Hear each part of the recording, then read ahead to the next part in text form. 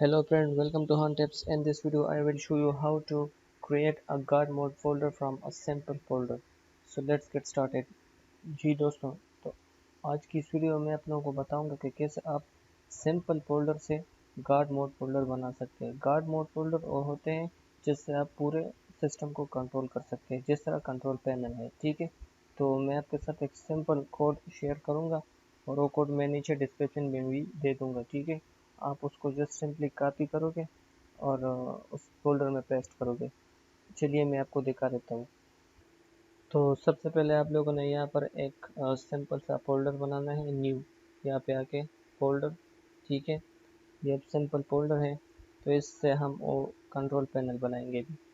तो वो टेक्स्ट मैंने यहाँ पर रखा है। ठीक है, मैं इसको कॉपी करता हूँ यहाँ से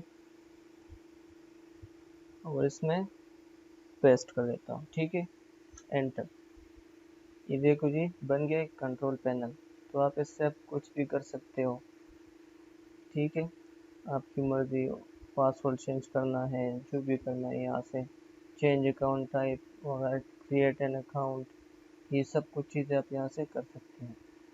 तो ये था आज का वीडियो। उम्मीद करता हूँ आप लोगों को ये वीडियो अच्छी लगी हो। अगर अच्छी लगी हो तो चैनल को सब्सक्राइब करें और इस वीडियो को लाइक और अपने दोस्तों के साथ शेयर भी करें। Thank you.